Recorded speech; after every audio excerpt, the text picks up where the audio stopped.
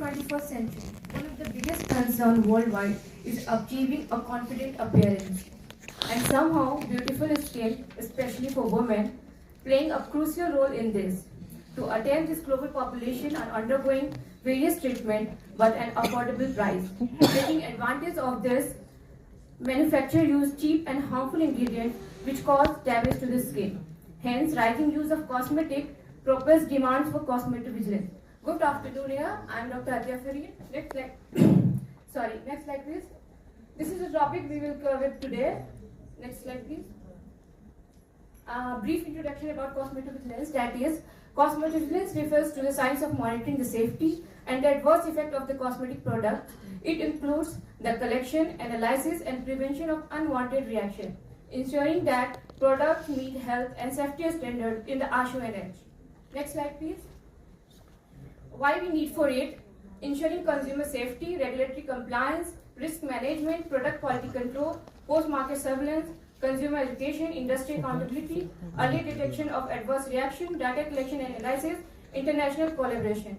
Next slide please. What is the difference between cosmetics and drugs? There is a line, cosmetic is aesthetic purpose only, topical application, non-therapeutic benefits, no pharmacological effects, regulated by cosmetic law, and the drugs is therapeutic purpose, pharmacovigilance effect, claim to treat or prevent, regulated by the drug laws, required prescription or medical supervision. Cosmetic intolerant and sensitivity, like previous slide please, like redness and irritation, itching, burning or sting, dryness or flakiness, hives or rashes, blistering or crusting. Next slide please. FDA formulating compounds in beauty products as like mercury, vinyl chloride, zirconium, chloroform, methylene chloride, DPV, formaldehyde, toluene, and cadmium, sodium lauryl sulfate. Next slide please.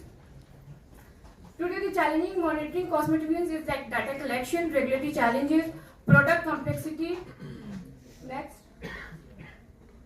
Next slide please. Consumer behavior and others like public awareness, ensuring global consistency. Next slide please.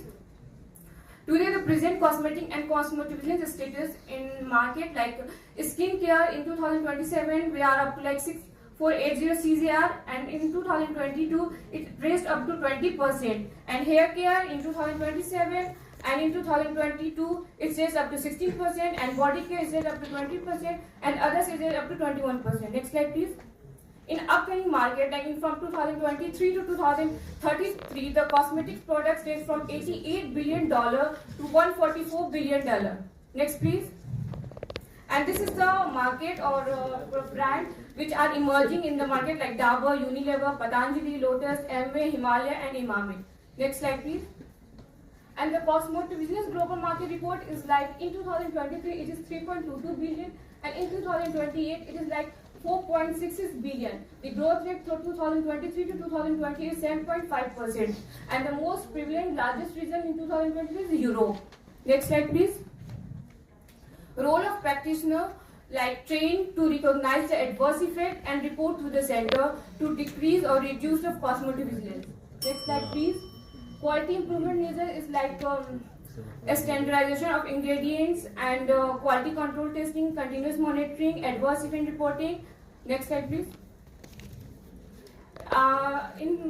Till now, last week, there are many search engines we found, and in the name of cosmetovigilance there are 14 papers in the name of cosmetovigilance in PubMed, and Google is called 622 papers, OpenMD.com 35 papers, ResearchGate 88 papers, Scientific 113 paper, and Global Health Council and Medline and Clinical Trial Government 0 paper. It includes allopathic and Ayush paper both. Next slide please. In Ayurveda, there are only 2 papers in the name of cosmetovigilance, and 1 review paper and 1 cross-sectional study. And in UNANI, there is only 1 paper, like a scope of UNANI medicine in skincare and cosmetry by Dr. Pratim Varma. Next slide, please.